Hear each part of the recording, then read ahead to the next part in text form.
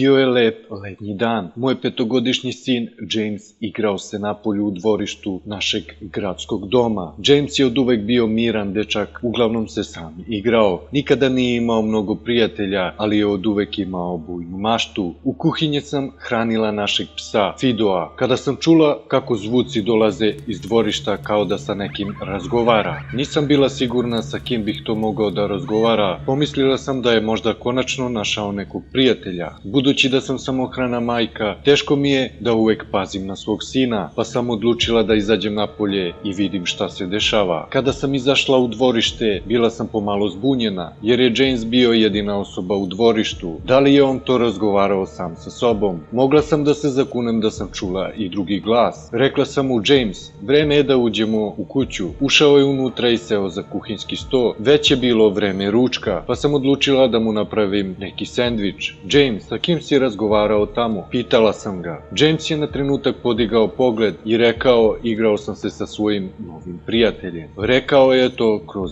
neki čudan osmeh. Onda sam ga pitala: da li tvoj prijatelj ima ime? Zašto ga nisi pitao da ruče sa tobom?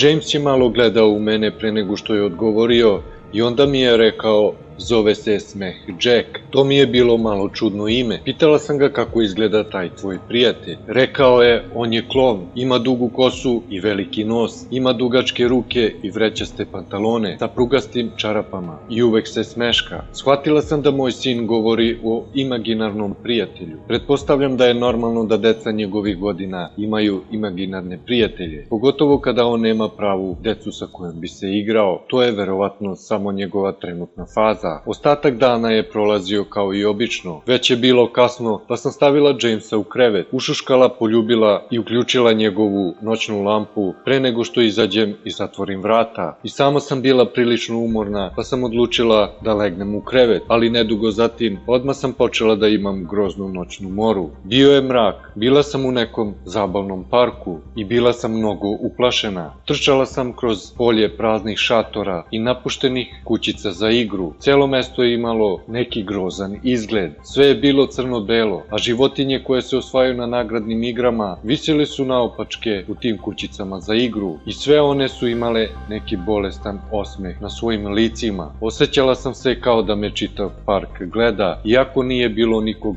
drugog tu, sem tih lutki. Tada sam odjednom počela da čujem neku muziku. To su bili zvukovi koji su dopirali iz muzičkih kutijica i koji su odjekivali kroz park. Delovali su nekako hipnotišuće. Pratila sam tu melodiju do cirkuskog šatora, gotovo kao da sam bila u transu. Nisam mogla da sprečim noge da se kreću napred. Jedino svetlo koje je dolazilo je bilo iz reflektora koji je sijao na sredini velikog šatora. Dok sam hodala prema svetlu, muzika je usporavala, a ja sam videla da nikako ne mogu da se zaustavim da koračam ka njoj. Muzika je prestala pred samog vrhunca događaja i iznenada su se upalila neka prejaka svetla. Intenzitet tih svetala je bio zaslepljujući. Sve što sam mogla da vidim jeste jedna mračna silueta koja je koračala ka meni, a zatim se pojavila još jedna. Pa još jedna. I bilo ih je na desetine. Sve su se kretale pravo prema meni. Nisam se mogla pomeriti. Noge kao da su mi bile ukočene. Jedino sam mogla da gledam kako se one približavaju. Kada su se približile, mogla sam i da vidim šta je to. Bila su deca. Dok sam gledala svakog od njih,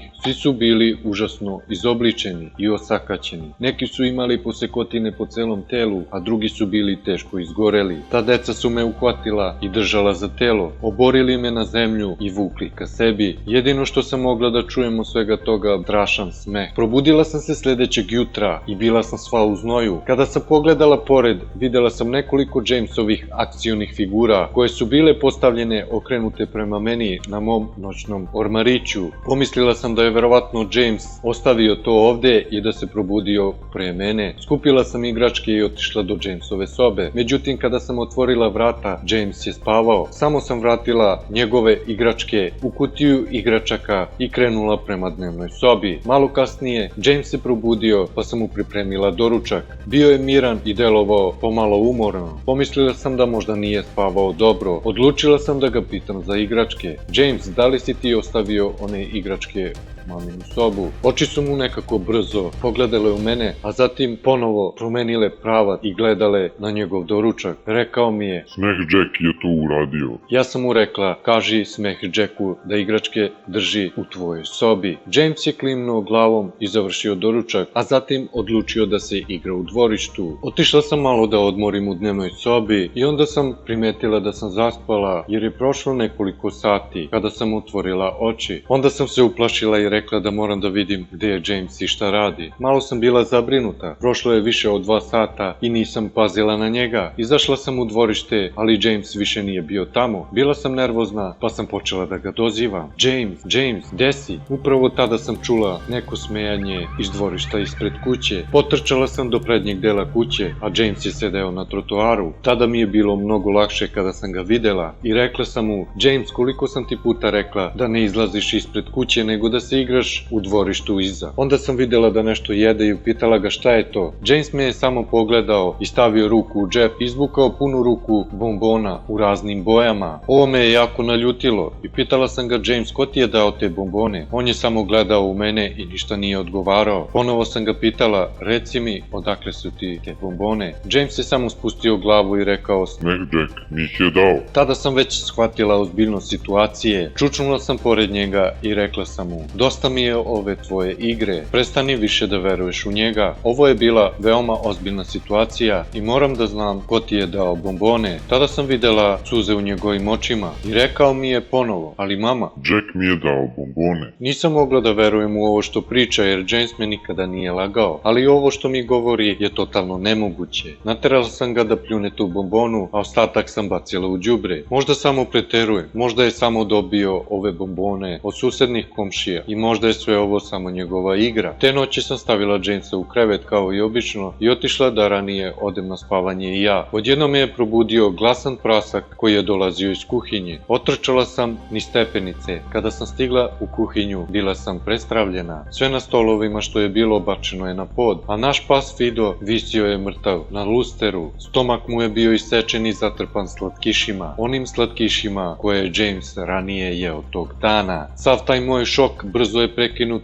velikim vriskom koji je dolazio iz Jamesove sobe. Brzo sam zgrabila nož iz fioke u kuhinji i otrčala gore, jer mi je dete bilo u opasnosti. Provalila sam kroz vrata i upalila svetla. Sve u sobi je bilo srušeno i bačeno na pod. Moj sin je samo ležao u krevetu i tresao se od straha. Uzela sam svoje dete i pobegla iz kuće i otišla do komšija Toma i Linde. Srećom, još su bili budni. Pustili su me unutra i dali su mi da koristim njihov telefon, a ja sam pozvala policiju. Nije im trebalo dugo da stignu, a ja sam objasnila šta se dogodilo. Gledali su me kao da sam luda. Pretresli su kuću i sve što su pronašli je samo gomila đubreta i tog mrtvog psa. Policajac mi je rekao da je neko verovatno ušao u kuću, to uradio i zatim brzo pobegao. Znala sam da to nije istina. Sva vrata su bila zaključana, a nijedan prozor nije bio otvoren. Šta god da je to bilo u mojoj kući, znala sam da ništa nije došlo s polja. Sljedećeg dana, kada smo ostali u kući, nisam želela da Jamesa ispustim iz vida. Ušla sam u garažu i pronašla njegov stari talkie-walkie za bebe i postavila sam ga u njegovoj sobi, da ako se nešto pojavi tamo, moći ću onda i da čujem. Otišla sam u kuhinju, uzela najveći nož iz fioke i stavila ga u svoju sobu na noćni ormarić pored mene. Rekla sam sebi da neću dopustiti da bilo šta povredi mog sina. Sada je već postalo mnogo kasno. Stavila sam Jamesa u krevet. Bio je uplašen, ali sam mu obećala da neću dozvoliti da mu se nešto dogodi. Ušuškala sam ga i izašla iz sobe. Pokušala sam da ostanem budna koliko god sam mogla, ali nekoliko sati kasnije uhvatila sam sebe kako vidim da me već polako hvata san. Ma bit će to sve u redu. Trebalo bi i ja da spavam. Samo što sam stavila glavu na jastuk, čula sam tihi zvuk iz bebi talkie-walkie-a koji sam ostavila na noćni ormarić. U početku je to zvučalo kao neka smetnja, kao što obično čujete hvatanje radio signala. Onda sam čula onaj smeh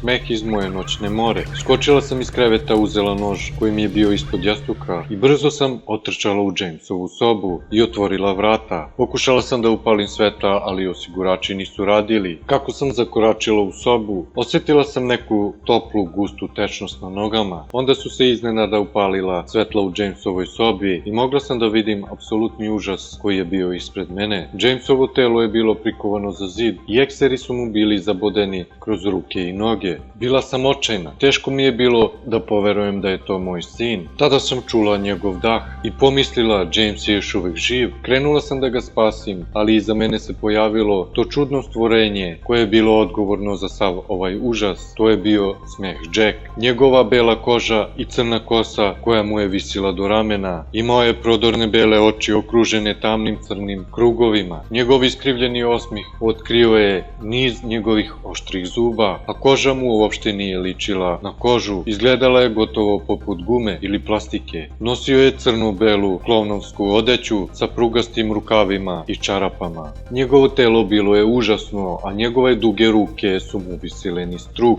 Počeo je bolesno da se smeje, kao da je hteo da mi da do znanja da je zadovoljan mojom reakcijom na njegov rad. Potom se polako okrenuo ka Jamesu i počeo još više da se smeje tom užasnom prizoru koji je napravio. Pojurila sam ka njemu sa nožem i čim ga je nož dotakao, on je nestao u obliku crnog dima. I umesto da sam ubola Jacka, ja sam ubola Jamesa. Onda sam povikala, ne, šta sam to učinila? Ubila sam svog sina. Odmah sam pala na kolena i čula sirene u daljini koje postaju sve glasnije i glasnije. Policija je ubrzo stigla i pronašla me ispred mog sina. Tada su me uhapsili. Završila sam u zatvoru na odeljenju gde su bile bolesne ubice. I ovde sam neka poslednja 2 meseca. Pa i nije tako loše ovde. Jedini razlog zbog kojeg sam sada budna je što čujem te iste melodije ispred mog prozora. Razgovarat ću sa nadležnjima o tome ujutru.